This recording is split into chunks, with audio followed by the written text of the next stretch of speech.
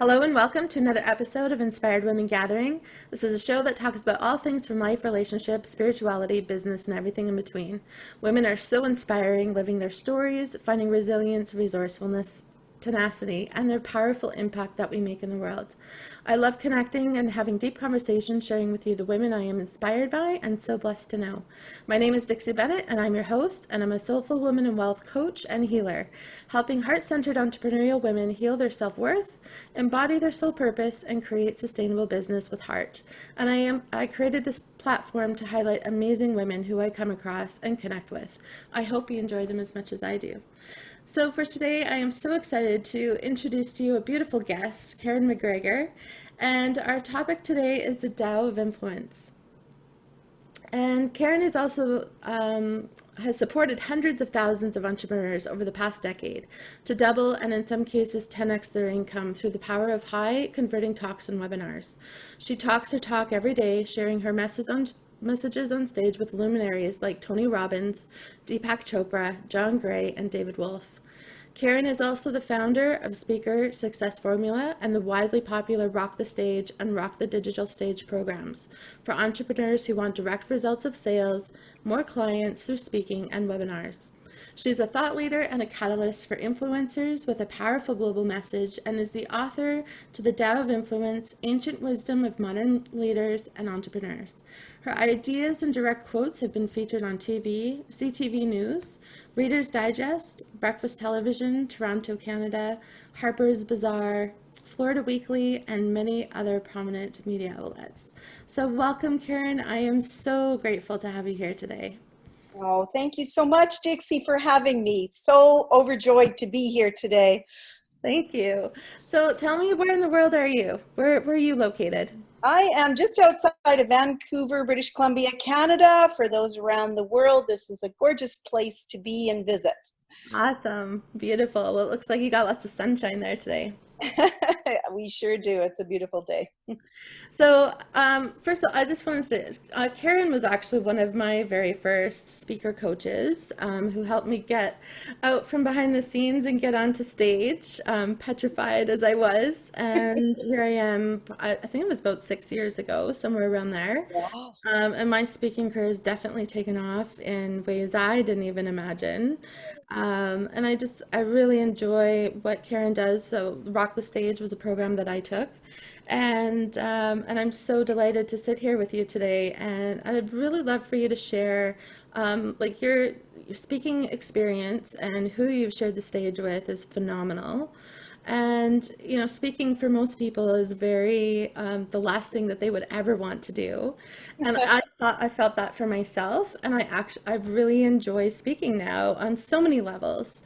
And I would love to hear what influenced you to get into the speaking world. Hmm.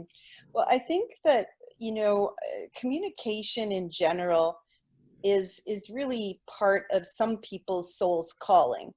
And it definitely was for me. I mean, ever since I was little, I remember being very shy, but having the urge to write. So I would write poetry and any form of communication and expression that I could do as a shy person. And then once I, gradually overcame my shyness, I recognized that, wow, this yearning to write, this soul's desire to write was also coming through in speaking. And so by the time I was in college, actually, I think I was about 22 or something like that. Maybe, no, not even, I think 20 years old.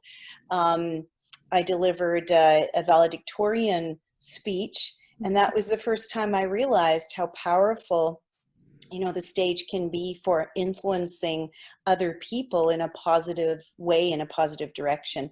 And it was also clearly in that moment, I felt that divine rightness, that divine alignment that we often feel when we're just in that path of what we are to express in the world. And so when when I had my children, I sort of lost that as many of us do when we have kids, lost that remembrance of that soul's calling for a while. And I did many, different things when they were younger, but then ultimately came back to that, and wrote a couple of books and started to speak. So that really was my early journey, was recognizing my soul's calling and then moving away from it, and then later coming back to it. And I think now with my third book, The Dow of Influence, it's been 10 years since I wrote my last book, you Wow. know? So it just reminds me, like, we have to pay attention to the yearnings of our deeper calling, of our deeper passions, Mhm. because many of us get busy doing, but the doing isn't really, or very little of it is actually related to that deeper influence that we have on the world when we tune in and tap into that daily action that comes from our soul versus from, oh my God, I have 1,000 things to do. So yeah, so that's a bit of my story so far. And so when did you decide that speaking was going to be more of your focus in your career? Yeah, well, back then I remember in my 20s, that was a big turning point for me. But then the next turning point didn't really come until, I think my oldest must have been around 6 years old. And that's when my first book came out, right? And he, and my younger son, I was very involved in their lives and whatnot. But when I remember writing that book, I was thinking, I really need to get out there now and speak about these concepts and do this, because I felt like, as many of us feel, like our message matters. It needs to be shared with the world. And it's very difficult as an author, many of you know, to spread that message easily and with low cost. At the time, I was really on a budget. Mhm. And so I found speaking to be a wonderful way in which to share the message and not have to spend thousands of dollars doing it. Mhm. And I found that I was really connecting with people, and it was a wonderful way to, I guess, again, to express my soul's calling. Mhm. And so it wasn't a particular moment. It was more like, this is an avenue that makes sense now to take the message in my book and really express it to the world. Mhm. Yeah, I love that because it really isn't a journey, and the turning points as we look back. I know I've been under great reflection lately, and I'm in the process of writing a book for myself, and I've been looking at different images of key points in my life, and I have this huge stack of pictures from when I was in university, and I found this beautiful picture where I was standing behind one of the university podiums, which are massive. You Mhm. can barely see your head, and the podium is there. And we had put on our first conference. Going through that program was learning how to put on conferences. And I introduced a gentleman who's passed on this year. Actually, his name was Ken King, the owner of the Calgary Flames. And so I got to introduce him into this on the stage, and it was interesting reflecting back and looking at that experience back in when I was in my early 20s, and how much speaking has actually been showing up in my life over this period of time. And very much like you said, I speaking is so powerful. I built most of my business was focused on only speaking over the last 4 years, and I didn't pay hardly any other fees, like even trade shows. I stopped, or I partnered a trade show with a speaking opportunity. So speaking really became a very specific way of building my business. So I hear you. Yeah, and I actually, now that you're talking about, the fellow, I thought, oh yeah, there were two men in my life that, I would have to say, it wasn't instant, but it was a seed of remembrance. You know, some people come into your life and it's like a seed of remembering your soul's calling. Mm-hmm. And so when my first child, who's now 21, was born, I Mm-hmm. remember going to a Tony Robbins event, and I had never been in the personal development world. It was really my first experience, and there were 3,000 women in the room, and they were all chanting, Tony, Tony, Tony. And they were like, oh, they were so excited. And I was just overwhelmed, quite frankly, by the whole thing. But by the time he finished speaking, I remember saying to my friends sitting next to me, one day, you know, it makes me teary eyed, one day I'm going to be on the stage with that man. And I had no idea that I would be speaking. I had no idea what would happen in my life. But then, you know, 20 years later, there I was on stage with Tony Robbins, and it was exactly 20 years. Yeah. And it still makes me teary eyed because I remember her response. She said, oh yeah, you'll be on stage because you'll be going to one of his seminars and he'll Right. call you up as a participant. Well, that wasn't exactly what I wanted to hear, but you know, she was trying to make fun of it. Right. But deep down in my soul, I knew that this was going to happen. And Mm-hmm. I had no idea when I spoke those words that they Mm-hmm. would manifest in the way they did. Mm-hmm. So it was really a beautiful thing. And the second person that really encouraged me, and I think we all, you know, at times just need that little bit of somebody seeing us, you Mm-hmm. know. And I try to do that so often for people when I see something inside of them to say it. Mm-hmm. And I remember Satyan Raja, who's one of the people is in my book, The Dow of Influence. I interviewed him, and he had said way back when as well, when I had invited him to speak on my stage, and I was not a speaker. I was just bringing people in to speak. Mm-hmm. And he said, you know, Karen, you need to start speaking. Oh, wow. And he just said it right out of the blue at the end when everybody else had left and I was packing up.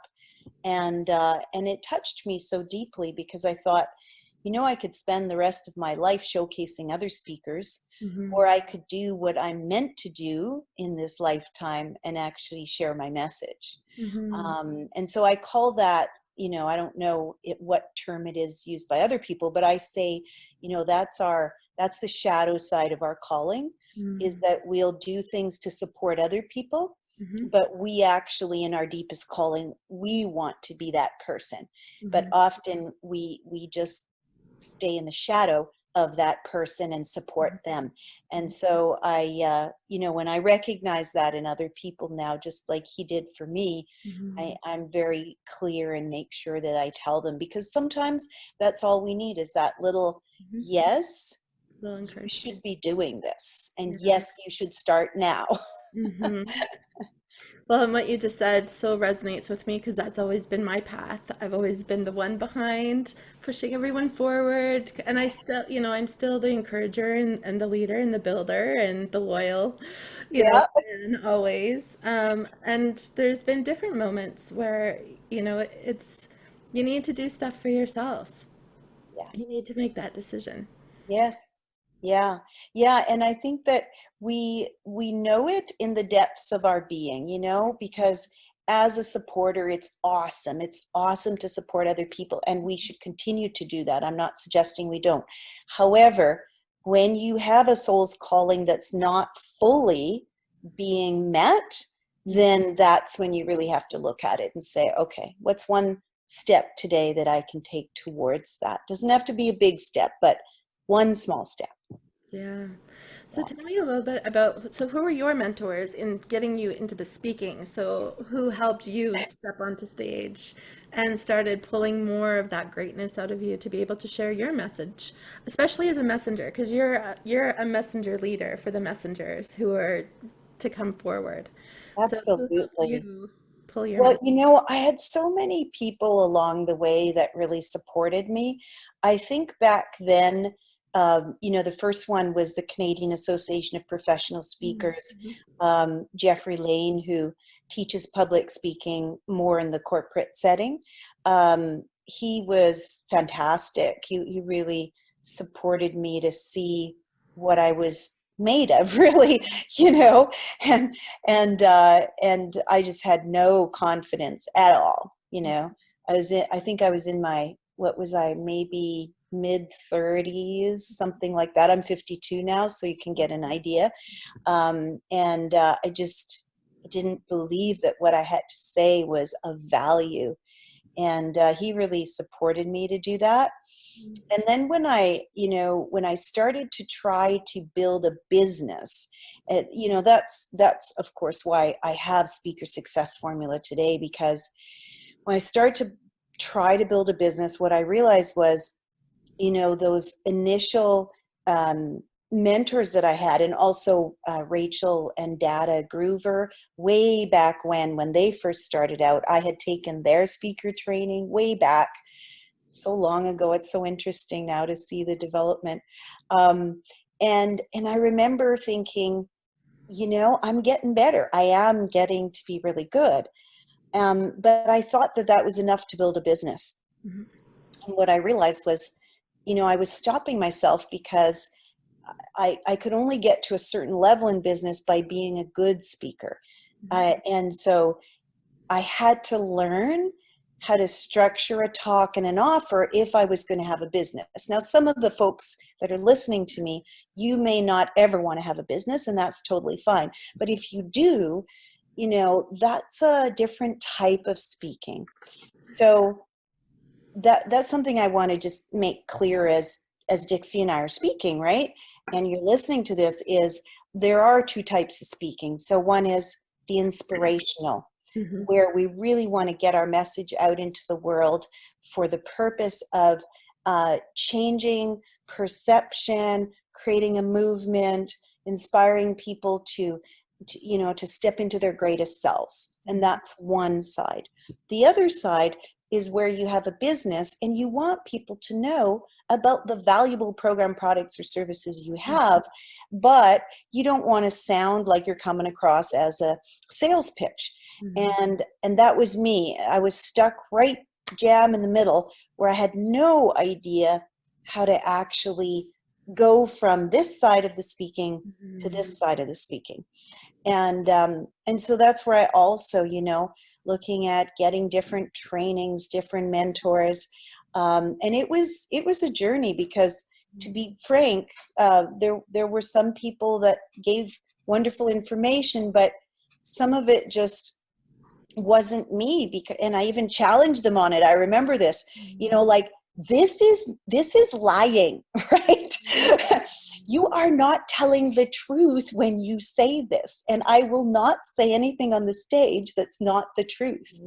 And I was really adamant about it. And I remember a couple of my people at the time who I was training with not happy with me, but I absolutely refused to say anything that would not be true. It's just not in my nature. And so that journey led me to say, you know what, how can I do this for me? How can I still make this work and not have to resort to those old, what I call the old world tactics, right? And so that's how I came to actually, create Rock the Stage eventually, because people started saying, well, you're an intuitive, you've got all this beautiful business. Why are you doing so well when many of us are, struggling? And they said, show us what you do. And so I said, well, I'll get somebody else to show you what I do, because I'm, it's not me. That's not me. I'm not the one that's going to do it. And so for a couple years, I said that to myself, and I told them that. And interesting, Dixie, 3 times I had planned on people coming in and doing a training for my people who were curious.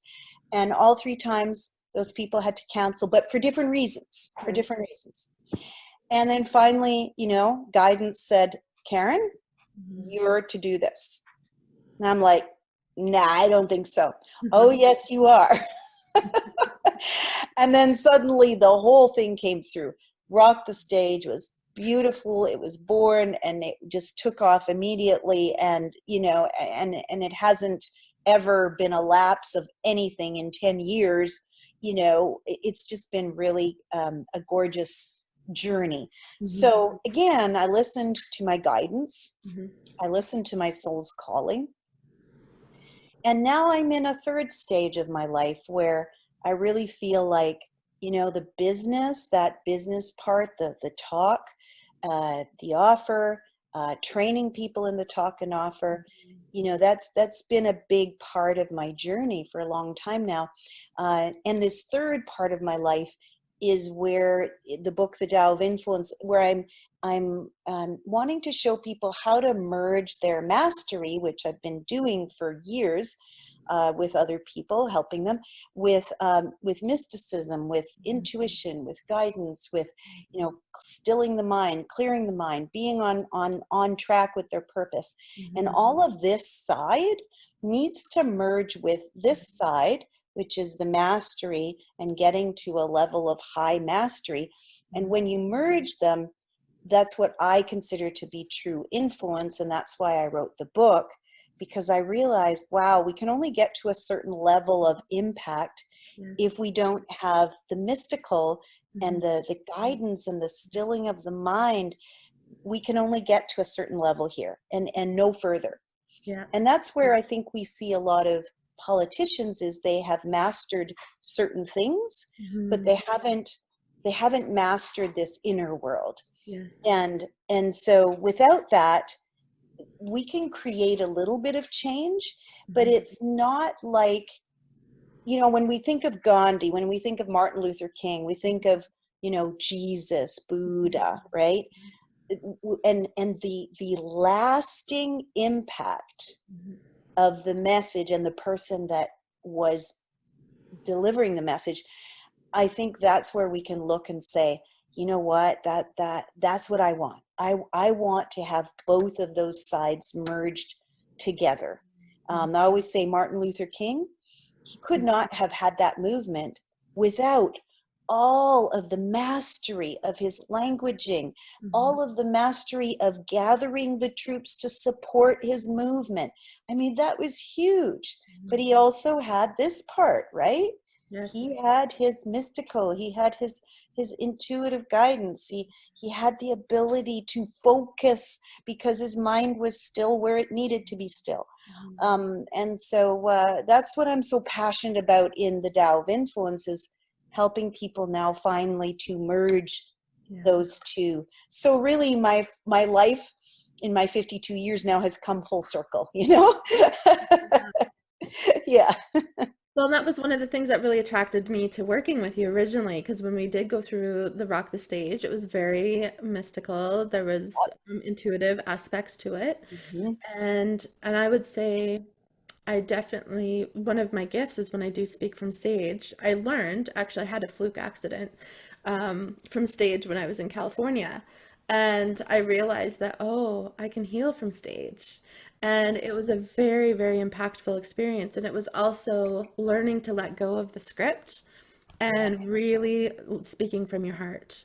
And since then, I very rarely have a script. I Beautiful. know my points, I know what I want to cover, and Yeah. then just allow the rest of it to unfold.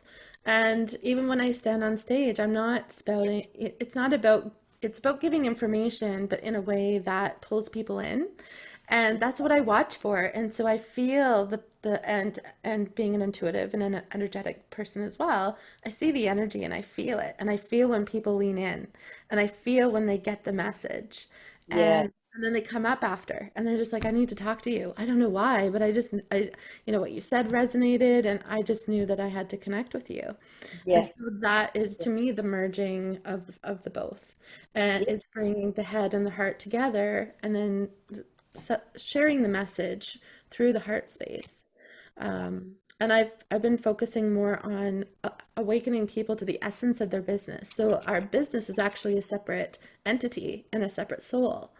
And so when we can actually tap into the consciousness of our business and see where the business wants to go instead of trying to force it in a direction that, and we hit these continuous walls and challenges, and that's not where the flow is. So when we Yeah. can actually shift and really feel into the consciousness of the business and see where it wants to go, all the blockages that start to open, you might go into a different path.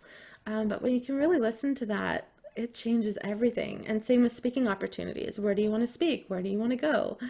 Right? What stages? What platforms? Who do you want to align with? All of these things are, I believe, in the consciousness. Yes, yes.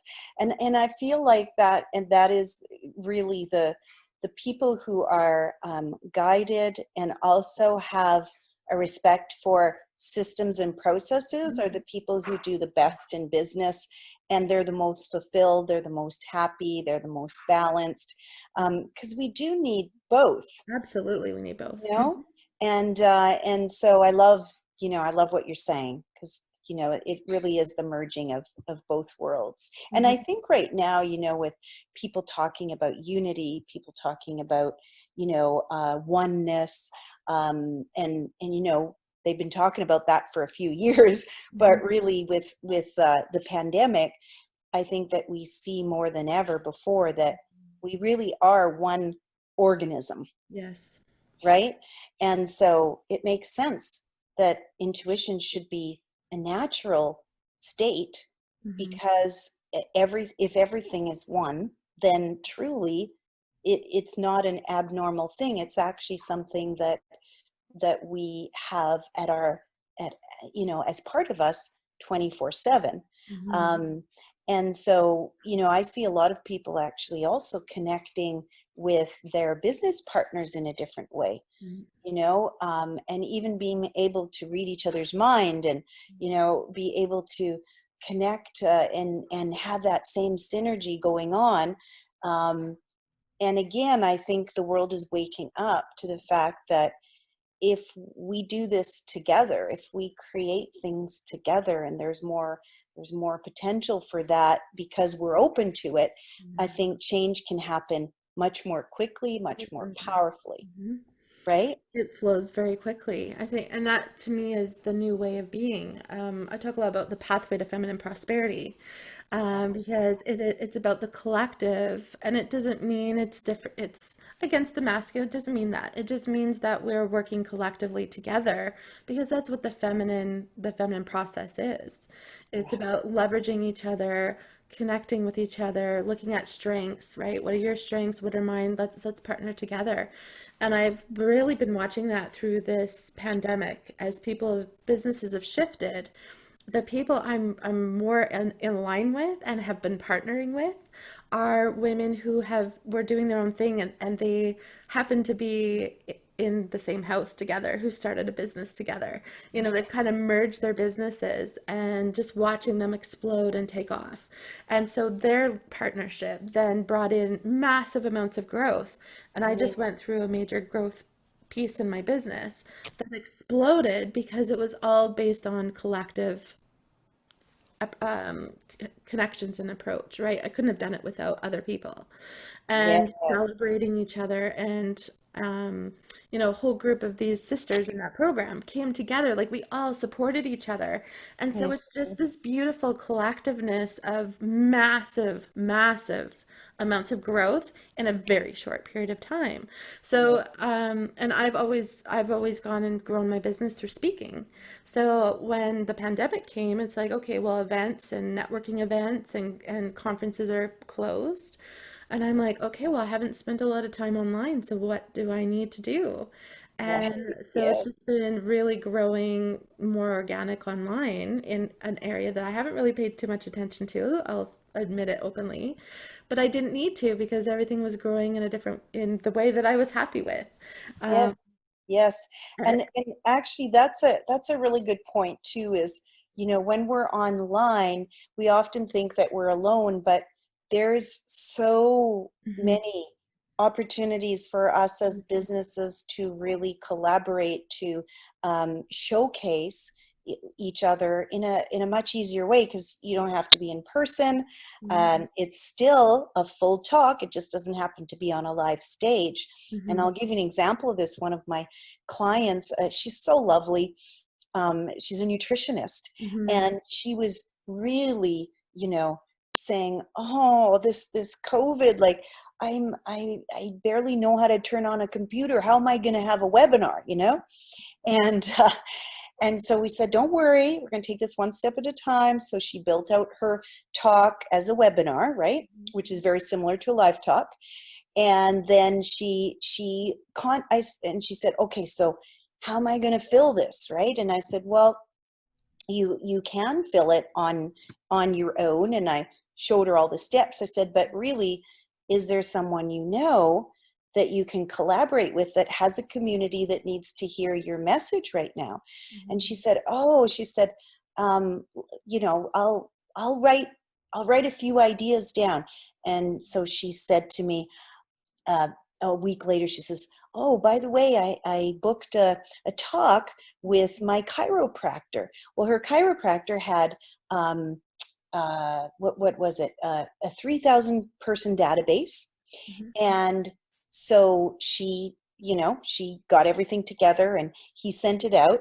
And they had, I think, I don't know, maybe 70 or so people opt in to the webinar, right? And then she had something like, yeah, it was 26 people apply to speak with her after the webinar, and 11 people bought her program. Beautiful. And that was from one Person. Mm-hmm. connection, Mm-hmm. just one. So I always say, um, we all have our own tribe. We all have our own following. And this is a perfect example is my son, Matthew. Like he and his brother phones people all day long to see if they would like to host Matthew, bring him on. And it's amazing, he's 21 years old and his brother's Others, yes, 19, that's such a right? gift. And Yeah. here they are, like delivering these webinars like many times during the week. And Yeah. I just think, oh my gosh, like that's such a beautiful example, because so many of us are like, ooh, we're done for as business owners, when in fact all you need to do is be reaching out to Mm-hmm. people who have a community, a tribe that needs and wants what you have to offer. So Mm-hmm. it's a really great, wonderful example. And I'm so proud, of my boys, that they don't have the preconceived limitations that many of us have. And so, they just went right into it Mm-hmm. like nothing has happened. And because they treat it that way too, there's not that energy of, ooh, nobody's going to, take advantage of this awesome offer. They have none of that. And in fact, I think Matthew had at his last webinar, he had 7 people, sign up for a $2,500 product that Wow. he's selling. So I want all of you to know that if you think that people are not buying, if you think that they're, not, that they're all afraid and nobody's investing in anything, is simply not true. Not true. But your energy will create that, will manifest that. I guarantee you. I see it all the time in my business, Mm-hmm. is those people who have the belief create that reality.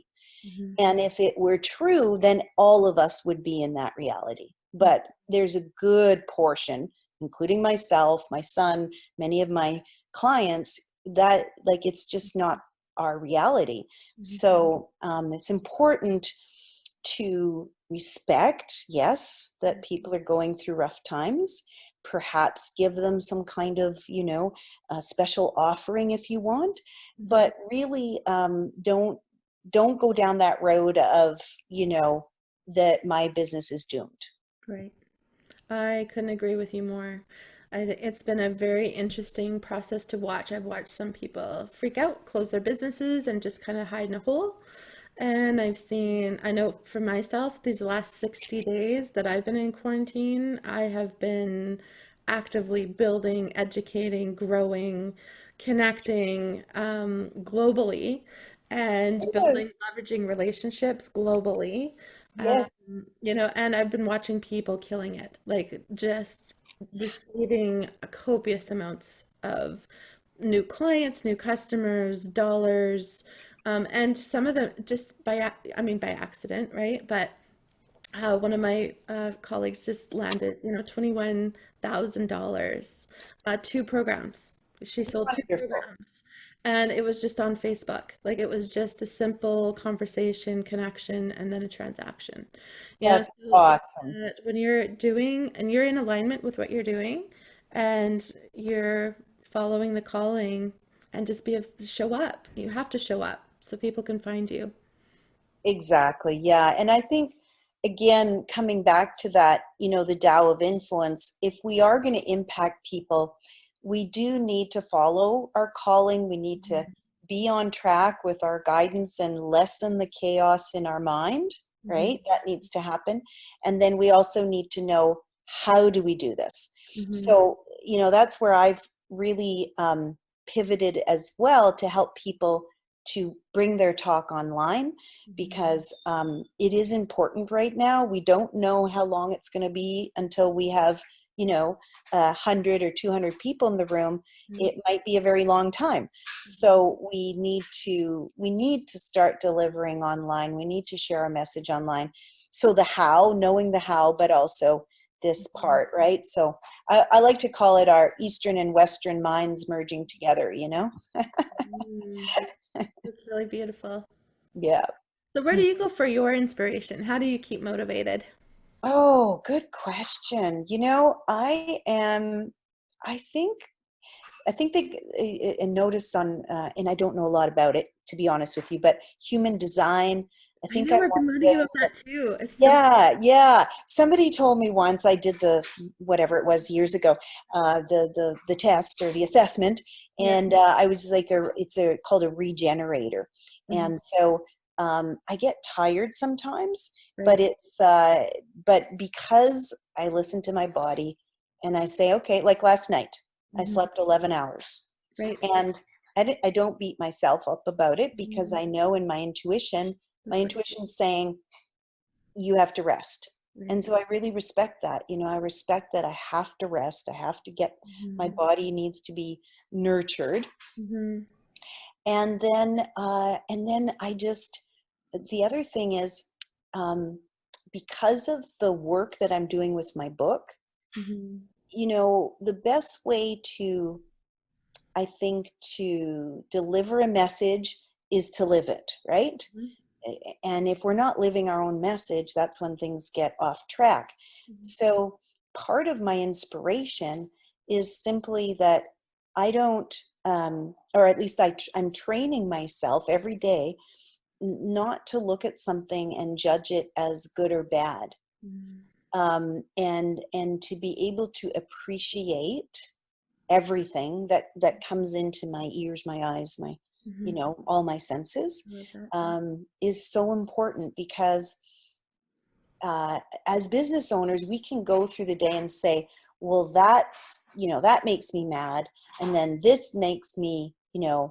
like, kind of feel apathetic. And this makes me really feel on a high. And this email kind of brought me down again today. And so, the wellness that we have is severely limited by not treating reality in a way that we can fully accept it and appreciate it. Instead, this roller coaster ride that we're on is creating sickness, tiredness, illness.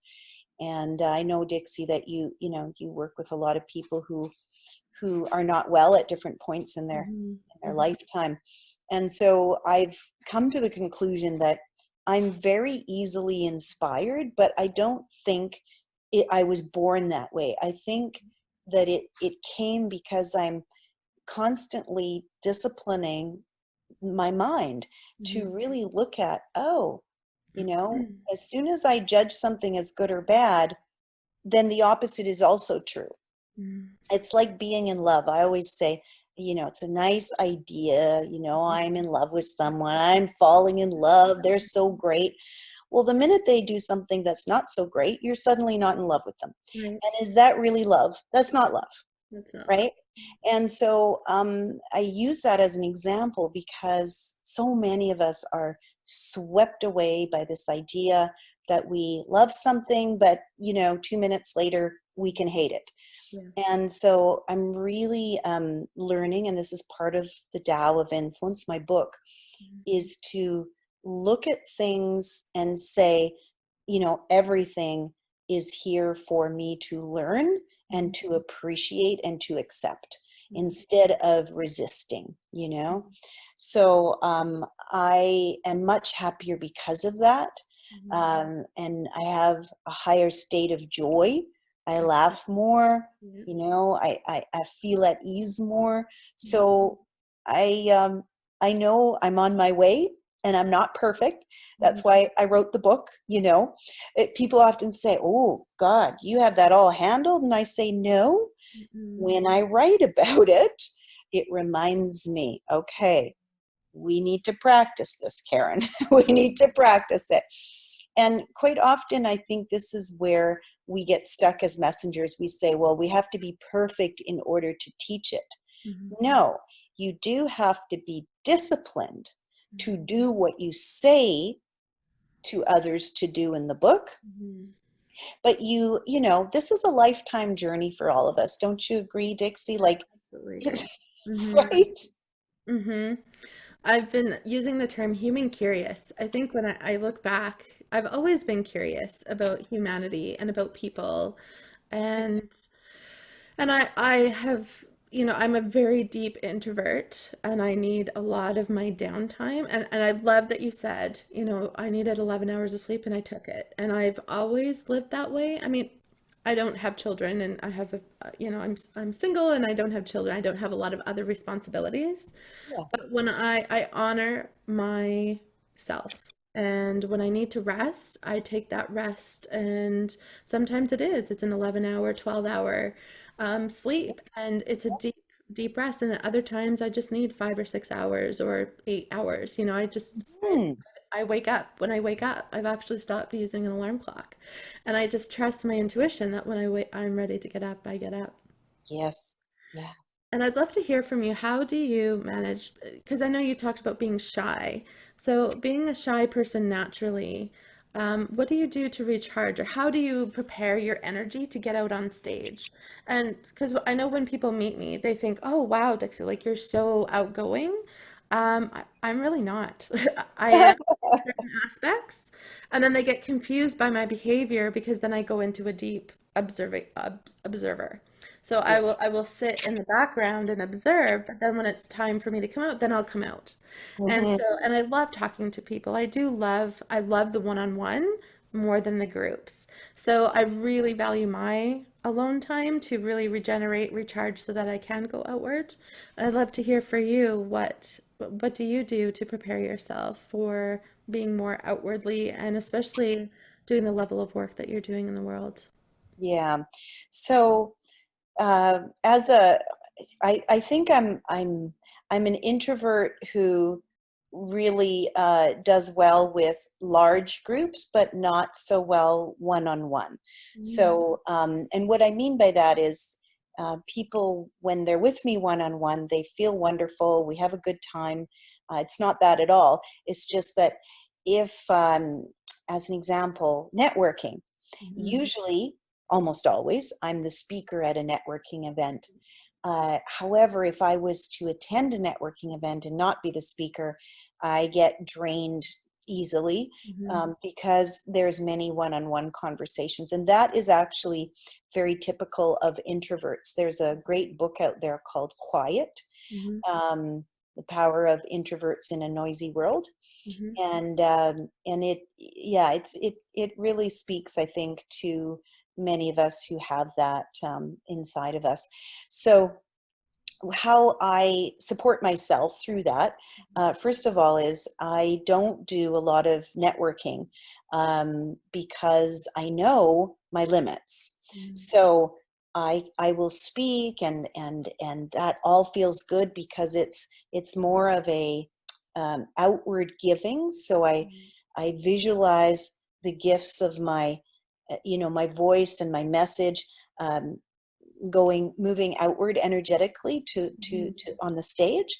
Mhm. But then I also have, afterwards, um, I I radiate a lot of love, and so when people come to me, it's typically the people who, you know, will want to get close and give me a hug and talk, and we have great conversations afterwards.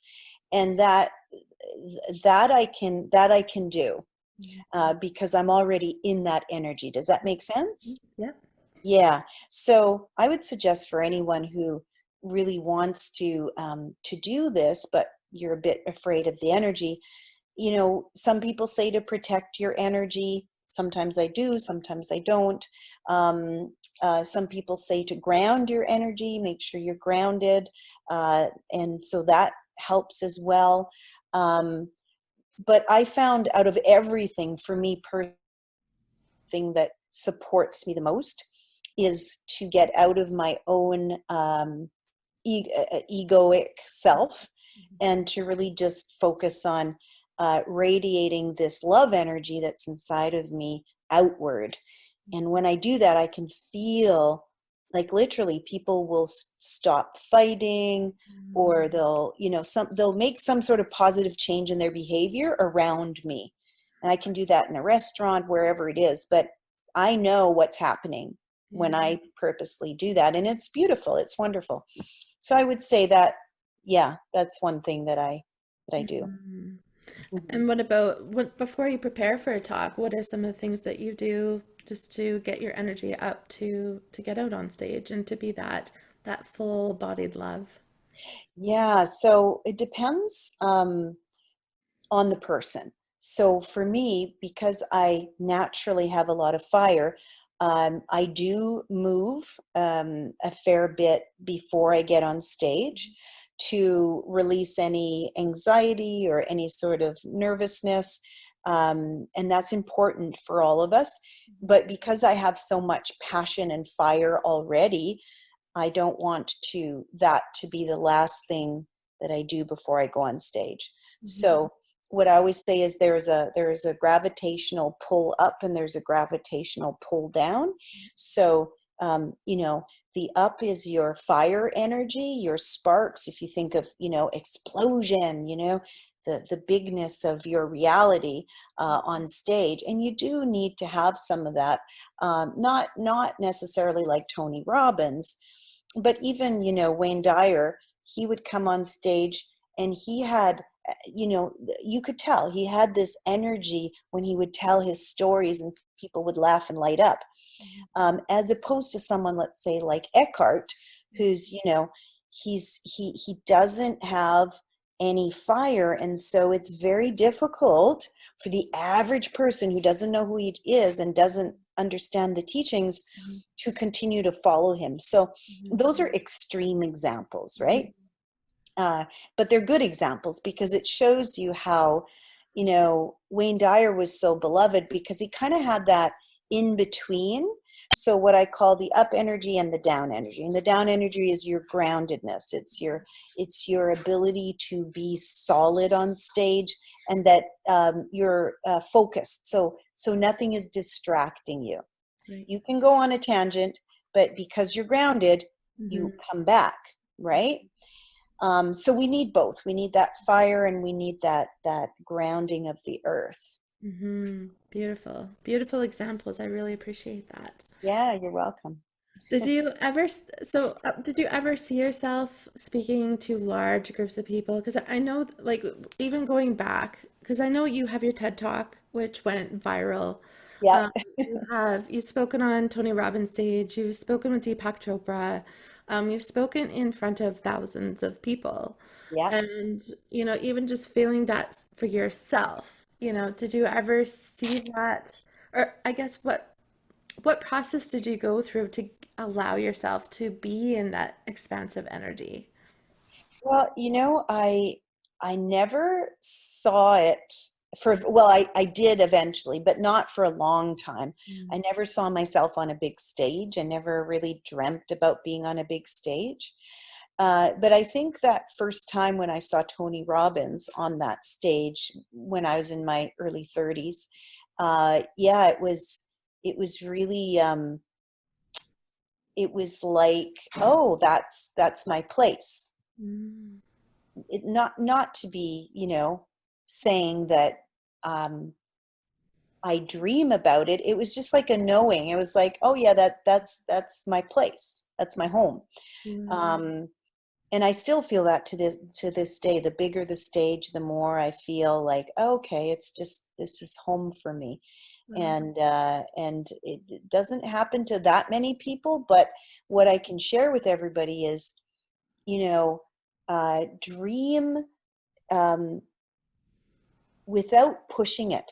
Like, allow yourself to see yourself. It might be a completely different stage than your goal might be, right? So sometimes we have an ego goal that is different from our soul's goal. So Yeah. the stage may look completely different Hmm. than what your ego goal of a stage looks like. So that's why I bring people through a process in Rock the Stage too, where they can tap into a different kind of experience of, where am I to speak? What does this look like? You Hmm. know, and people are always surprised at what comes up intuitively. That's beautiful. I love that. Thank you for sharing. You're welcome. So we're just coming to the end of our time, and I'd love for you, just to share what's next. What do you feel like is next for you, especially with your book and new platforms or new stages in a different way of how you're presenting? Where do you see yourself going from here? Well, definitely. I mean, a couple years ago, I created KarenMcGregor.com. I've always had SpeakerSuccessFormula.com, but KarenMcGregor.com is more about my personal message of influence and leadership. So this is something that I am doing more of on a global messaging. So Mhm. I'm excited to speak at festivals. I'm excited to speak at alternative wellness conferences and things like that. I'm not so excited to speak at the traditional, like it's always been done kind of places. But I think that people are ready to hear a new message about a new sort of influence, a new type of influence. So I'm really excited to speak on what I call the alternative stages, whether they're digital or live, Mhm. and to do that around the world. Like, I just want to travel and have fun and do that. And fortunately, with my business, my Speaker Success Formula, I can do that. And webinars are wonderful, and I love connecting with people digitally. So yeah, so that's my next step, and I'm really excited about that. Hmm. Beautiful. Well, thank you Yeah. so much, Karen. I love watching you. I'm still, I always love what I watch everyone from behind. I just love celebrating everybody's success and just watching them grow and evolve and expand and just watch the journey because I think we're all on a journey and all of our journeys need to be celebrated. So I celebrate you. Thank you. Thank you so much for having me. Thank you. So as we're just coming to an end, everyone, I've got your links here. So for Karen, you can connect with her. She's got a Facebook group, Influence and Ancient Wisdom for Inspired Leaders. And you can also connect with her at thespeakersuccessformula.com. I will be posting both of those links in the show notes once the video goes live. And, to our viewers, thank you so much for watching. We so appreciate you. Please comment, like, and share. And until next time, bring hope, light, and love to the world. Abundant love. Thank you. Thanks. Bye.